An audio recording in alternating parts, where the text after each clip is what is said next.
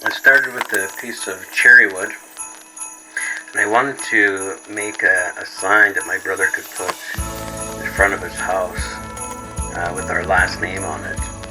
Just something simple. I picked up this template from KMS Tools in Red Deer, Alberta, and hope you enjoy the video.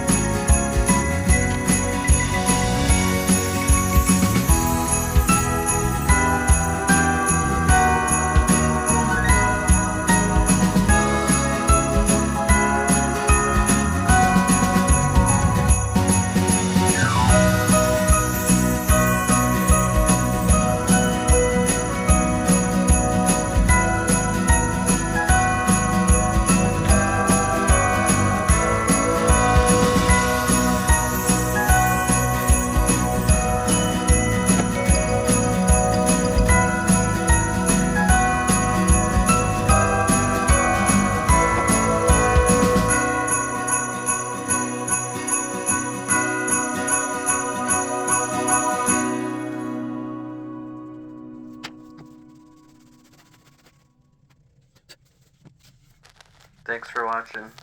If you haven't subscribed to this channel yet, make sure you hit that subscribe button.